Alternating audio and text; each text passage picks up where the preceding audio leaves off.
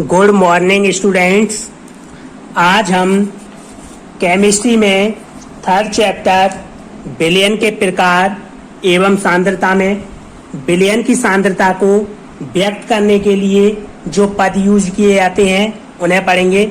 हम कल विलयन की सांद्रता को व्यक्त करने के लिए 5 मात्राओं का अध्ययन कर चुके हैं। आज हम नेक्स्ट मात्राओं का अध्ययन करेंगे। 6 नॉर्मलता।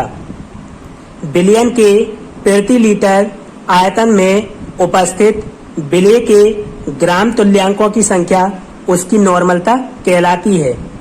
विलयन के 1 लीटर में आयतन में जितने विलय के ग्राम तुल्यांक होते हैं उनकी संख्या को उस विलयन की नॉर्मलता कहते हैं। नॉर्मलता इक्वल विलय के ग्राम तुल्यांकों की संख्या अपॉन विलयन का आयतन लीटर में। विलय के ग्राम तुल्यांकों की संख्या निकालने के लिए फॉर्मूला होता है विलय की मात्रा ग्राम में बटे विलय का तुल्यांकी भार। तो यहाँ ये फॉर्मूला बनता है नॉर्मलता इक्वल विलय की मात्रा ग्राम में वेट अपॉन ई तुल्यांकी भार इंटू बी वॉल्यूम विलयन का आयतन लीटर में।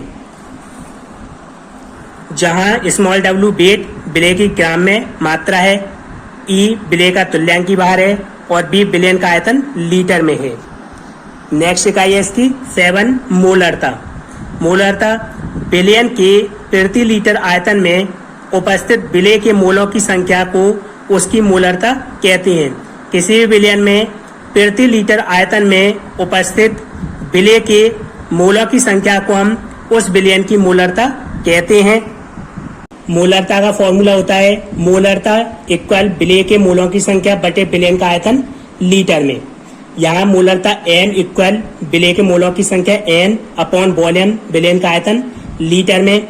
आप जानते हो मोलों की संख्या बराबर होता है विलय का द्रव्यमान ग्राम में बटे उसका मोलर द्रव्यमान। तो इसका फॉर्मूला हो जाएगा मोलरता का W upon m into B, जहाँ W विलय की मात्रा ग्राम में, m उसका अणुभार, b विलयन का आयतन है लीटर में।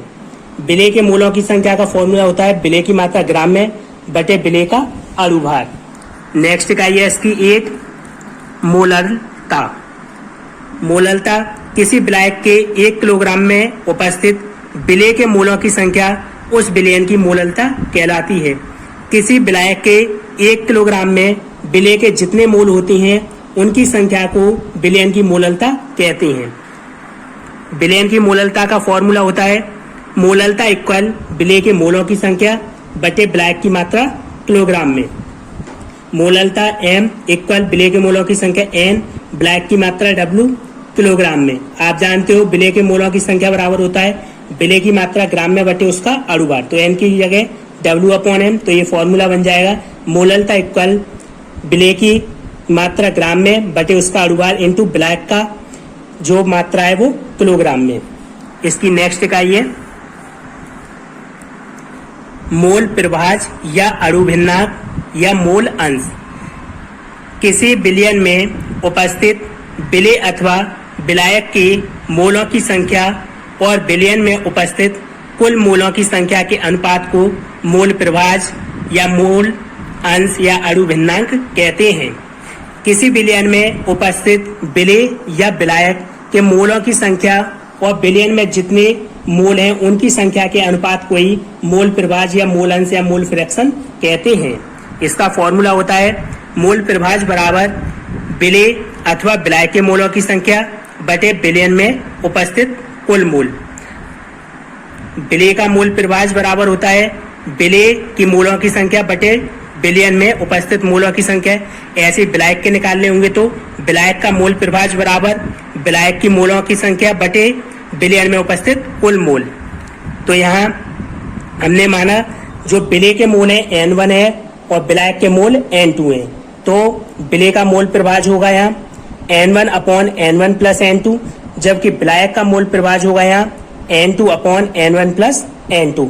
आप इन फॉर्मूलों को याद कीजिए और आपकी बुक में जो एग्जाम्पल्स और क्वेश्चंस हैं उन्हें आप सॉल्व कीजिए। आपको सॉल्व करने में अगर कोई परेशानी होती है तो हमसे पूछिए। ओके।